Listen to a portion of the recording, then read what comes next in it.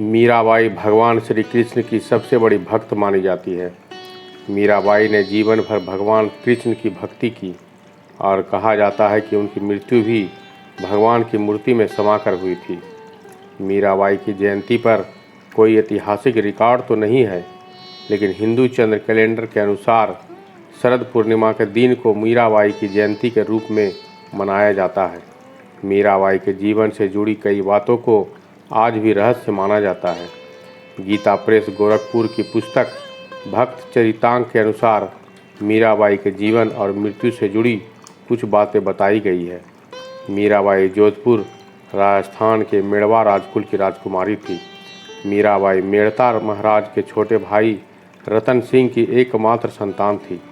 मीरा जब केवल 2 वर्ष की थी, उनकी माता की मृत्यु हो गई, इसलिए उनके दादा राव दूदा उन्हें मेड़ता ले आए और अपनी देखरेख में उनका पालन पोषण किया। मीराबाई का जन्म 1498 के लगभग में हुआ था। इतिहास में कुछ जगह ये मिलता है कि मीराबाई ने तुलसीदास को गुरु बनाकर राम भक्ति भी की। कृष्ण भक्त मीरा ने राम भजन भी लिखे हैं। हालांकि इसका स्पष्ट उल्लेख कहीं नहीं मिलता है, लेकिन कुछ इतिहासकार ये मानते हैं कि मीराबाई और तुलसीदास के बीच पत्रों के जरिए संवाद हुआ था।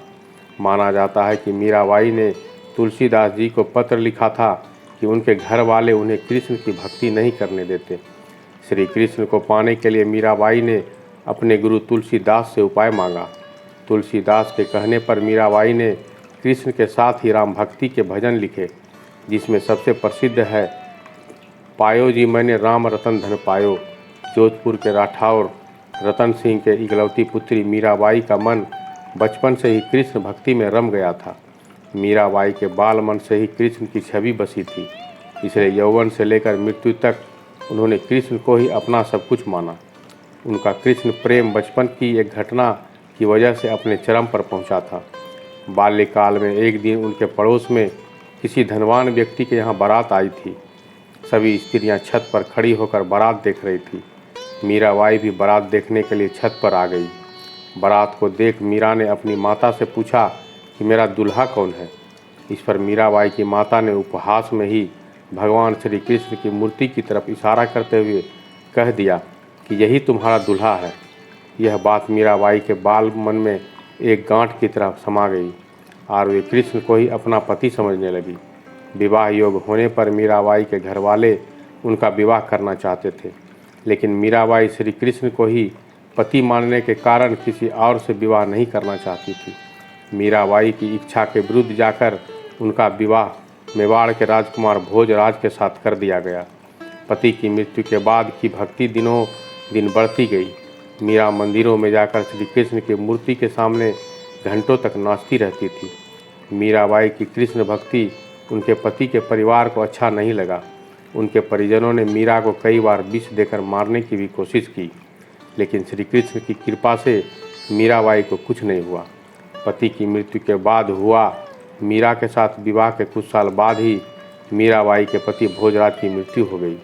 पति की मौत के बाद मीरा को भोजराज के साथ सती करने का प्रयास किया गया, लेकिन वह इसके लिए तैयार नहीं हुई। इसके बाद मीरा वृंदावन और द्वारिका चली गई। वहाँ जाकर मीरा ने कृष्ण भक्ति की और जोगन बनकर साधु संतों के साथ रहने लगी। कहते हैं कि जीवन भर मीराबाई की भक्ति करने के कारण उनकी मृत्यु श्री कृष्ण की भक्ति करते हुए ही हुई है। मान्यताओं के अनुसार वर्ष 1547 में द्वारका में वो कृष्ण भक्ति करते करते श्री कृष्ण की मूर्ति में समा गई थी। मान्यता है कि मीरा पूर्व जन्म में वृंदावन की एक गोपी थी और उन दिनों वह राधा की सहेली थी। वे मन ही मन भगवान श्री कृष्ण से प्रेम करती थी। गोप से विवाह होने के बाद भी उनका लगाव श्री कृष्ण के प्रति कम न हुआ और कृष्ण से मिलने की तड़प में ही उन्होंने प्राण त्याग दिया। बाद में उसी गोपी ने मीरा के रूप में जन्म लिया। हमें उम्मीद ही नहीं, पूर्ण विश्वास है कि यह लेख आपको बेहद पसंद आया होगा। अगर पसंद आए तो मेरे चैनल को सब्सक्राइब जरूर